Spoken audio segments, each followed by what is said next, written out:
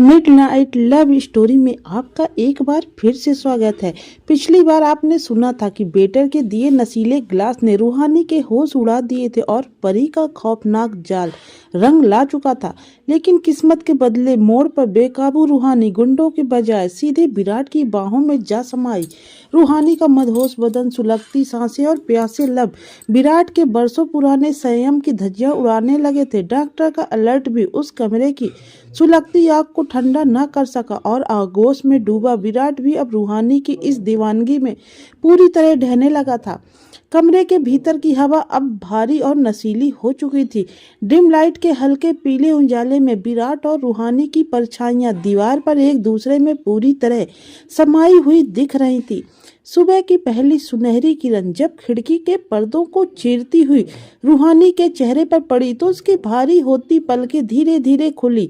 Sir में एक असहनीय दर्द का बवंडर उठ रहा था। जैसे जैसे रात की शराब का नशा छट रहा था वैसे वैसे उसके होश ठिकाने आ रहे थे। लेकिन जैसे ही उसने करमट ली उसकी सांसें वहीं थम गई। उसके ठीक सामने एक अजनबी गठा हुआ गदमी बदन वाला आदमी बेखबर सो रहा था। रूहानी की नजरें जब अपने ऊपर गईं तो उसके पैरों तले जमीन खिसक गई। बदहवासी और दहशत में उसकी चीख हलक में ही दबकर रह गई। उसने झटके से चादर को अपने जिस्म से लपेटा और बदहवास होकर बिस्तर से दूर पीछे हट गई।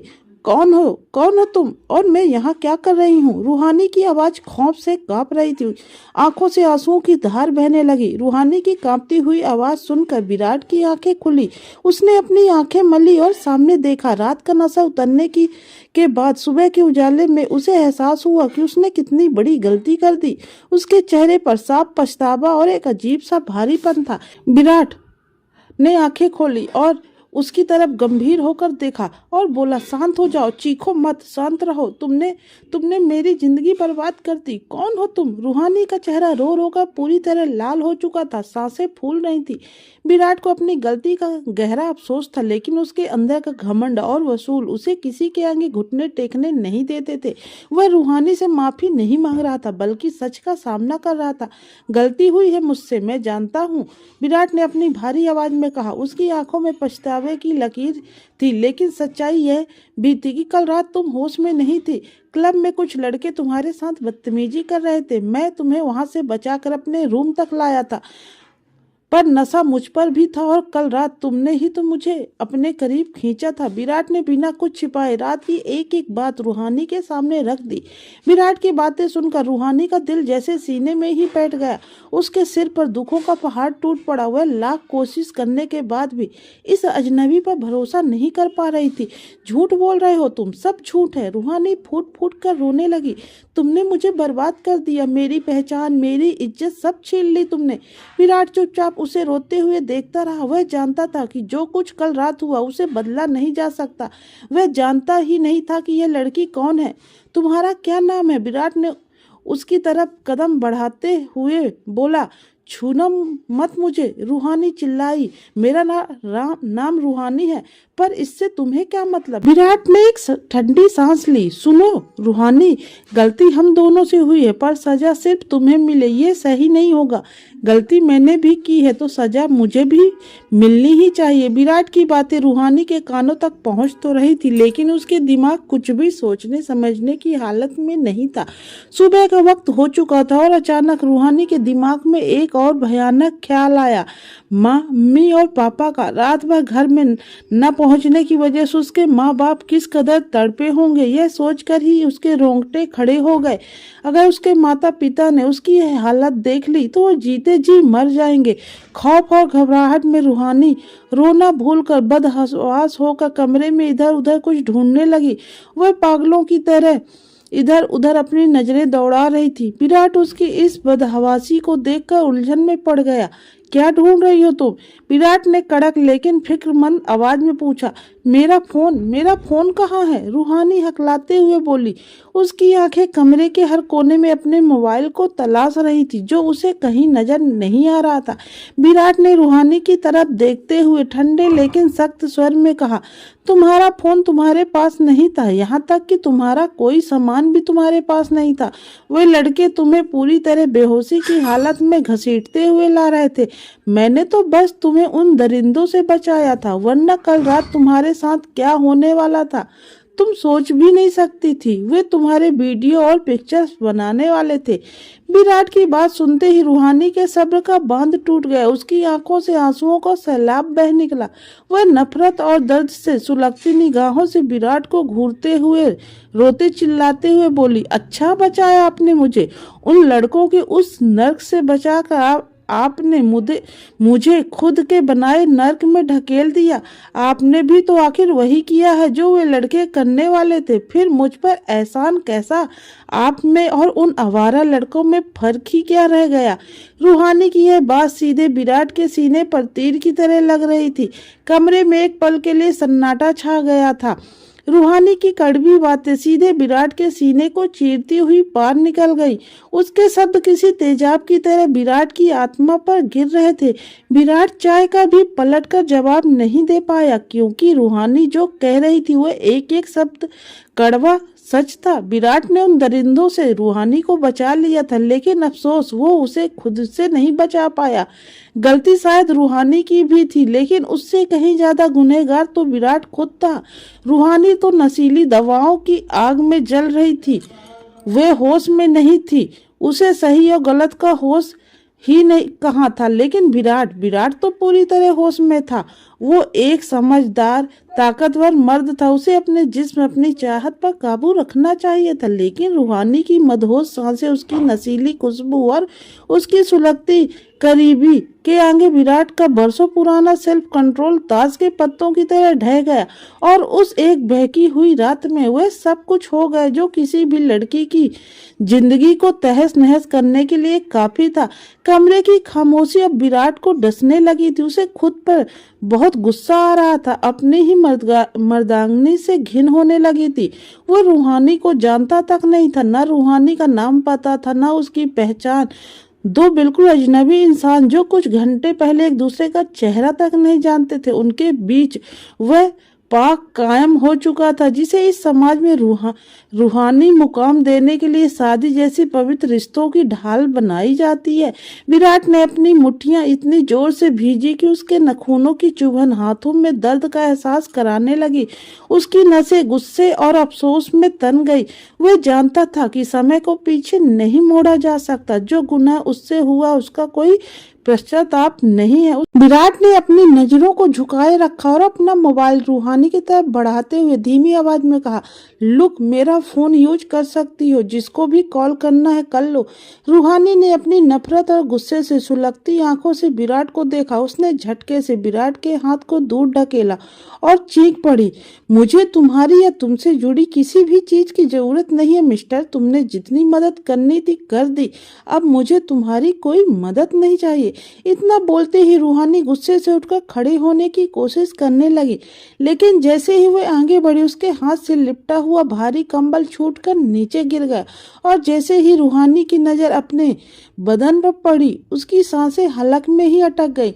उसके बदन पर एक भी कपड़ा नहीं था। उसकी इस हालत को देखते ही रूहानी का दिल दहल गया। सीने में एक ऐसा खौफनाक दर्द उठा जैसे किसी ने उसकी रूह को खींचकर बाहर निकाल लिया हो। उसे अपनी आंखों पर यकीन नहीं हो रहा था कि महज एक रात में उसकी पाक जिंदगी कहां से कहां आकर तबाह हो चुकी थी। उसने बदहवासी में तुरंत वही कंबल जमीन से उठाया और खुद को उसमें पूरी तरह छुपा लिया। विराट ने भी अपनी नजरें शर्म से दूसरी तरफ फेर ली। इस वक्त रूहानी खुद को इतना बेबस और लाचार महसूस कर रही थी कि उसका मन कर रहा था कि अभी जमीन फटे और वो उसमें समा जाए। उसकी समझ में कुछ नहीं आ रहा था कि वो अब क्या करे, कहाँ जाए, किसको अपना ये कलंकित चेहरा दिखाए।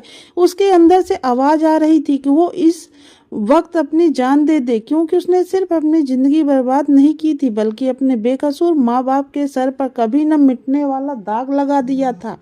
इतने बड़े कलंक के साथ वो कैसे जिंदा रह पाएगी? यही सोचकर रूहानी का कलेजा फटने लगा और वो फूट फूट कर जोर जोर से रोने लगी।